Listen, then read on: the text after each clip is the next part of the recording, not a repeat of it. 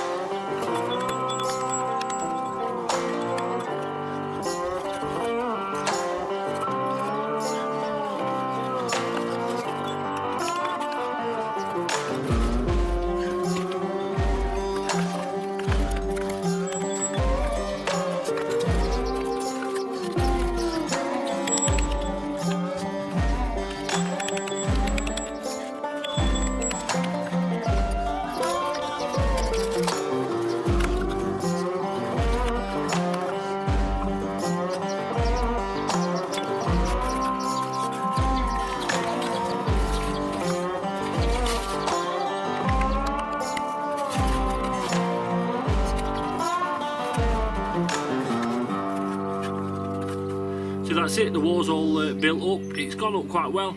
The only downside is now is I'm short of a couple of coping stones.